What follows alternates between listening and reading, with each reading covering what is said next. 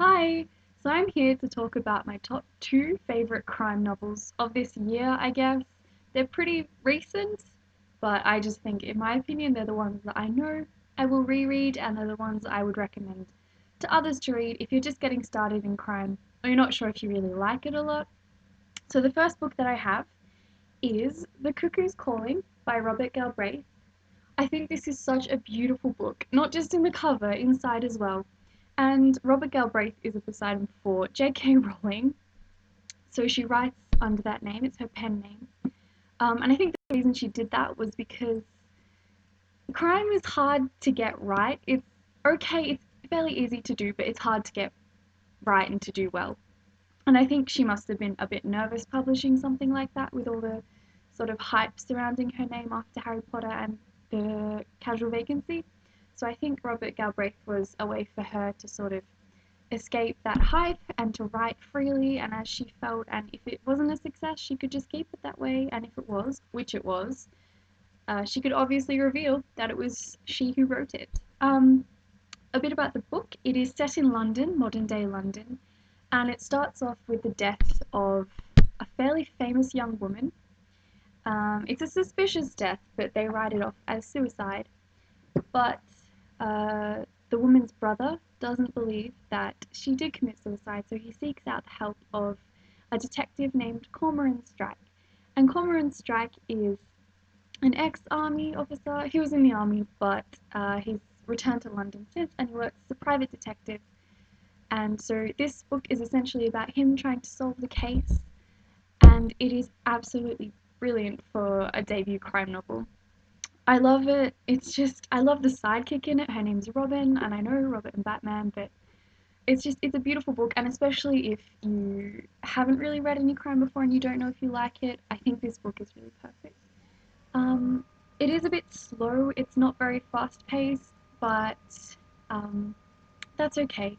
It all sort of makes sense in the end, and you can put it down and pick it up and pick up right where you left off, and I love that about a book. It's not the most action packed, but it has, all the right ingredients. Like, it has just enough murders and just enough sort of detective stuff. I don't know. It's really great, and I would really recommend it to anyone who's considering getting into crime. The second book that I have is one that I picked up knowing absolutely nothing about it. I was waiting for a bus and I decided to read it, and it is Gone Girl by Gillian Flynn. I've seen a lot of reviews about this, or I hadn't really read any reviews, I just read people telling me to read it, and I don't regret it at all. This is absolutely brilliant. I think it's more leaning towards thriller than crime, but it is, it is so good. It is like like the Cuckoo's Calling. It is a bit slow paced. It's not very fast. It took me maybe about 100, 150 pages to fully get into it, and I know that's a long time to give a book, but trust me, it is worth it because at the end, it all makes sense, and all of the confusion you feel at the start, it all falls into place, and it is absolutely amazing. This book is so unexpected. It's about a young man named Nick whose wife goes missing on the morning of their fifth anniversary.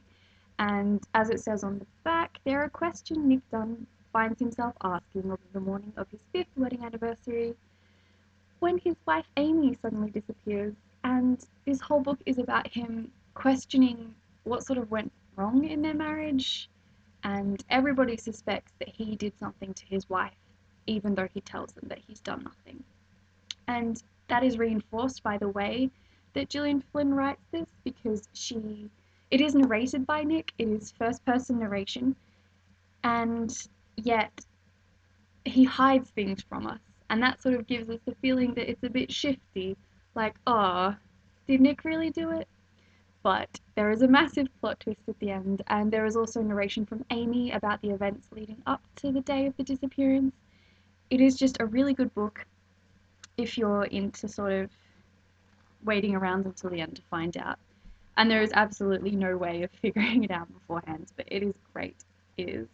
I would highly recommend this book. And that's a pretty cover too.